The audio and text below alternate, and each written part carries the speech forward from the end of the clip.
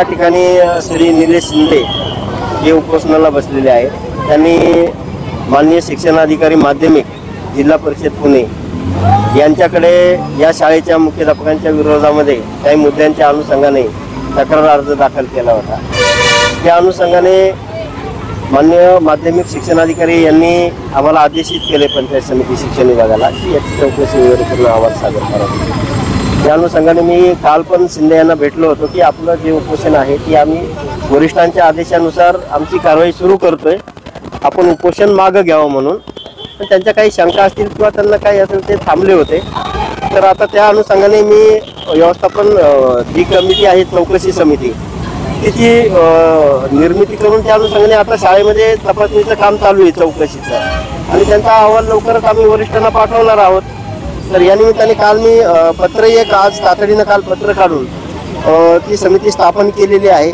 हे पत्रही मी त्यांना देऊ इच्छितो की हे आपण हे आमचे विस्तार अधिकारी शिक्षण विभागाचे जे आहेत एक गोडसे साहेब म्हणून आहेत, वंदना शिंदे मॅडम विस्तार अधिकारी तीन आहेत, गोडसे अशोक गोडसे म्हणून विस्तार अधिकारी आहेत, त्यानंतर वंदना शिंदे म्हणून एक मॅडम आहेत त्या पण विस्तार अधिकारी आहेत, आणि संजय जाधव म्हणून ते केंद्र प्रमुख आहेत। तर यांची आपण नेमणूक केलेली। ही चौकशी किती तारखेपासून सुरू होणार? आजपासून सुरू झाली, 16 पासून। हो, सकाळपासून। मुख्याध्यापकांचं नेमकं कर्तव्य काय असतं? त्यांनी वर्गावर शिकवलं पाहिजे का, असं कंपल्शन आहे का, शासनाचा असा GR आहे का? हो, SS कोडनुसार त्यांना काही शाळेचं शिकवण्याचे कामकाज करणं आवश्यक आहे। आता ते जे त्यांनी मुद्दे दिलेले आहेत तक्रारीमध्ये त्या अनुषंगाने आपण चौकशी चालू केली। 9वीच्या वर्गाला शिकवलं पाहिजे असं GR आहे, कंपल्शन आहे।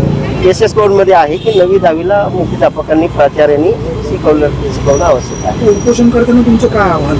माझं आव्हान हेच राहील की आता त्यांच्या मागणीनुसार जे काही त्यांचे मुद्दे आहेत ते चौकशी आपण चालू केलेली आहे। तर आता त्यांनी हे उपोषण स्थगित करावं किंवा थांबवावं।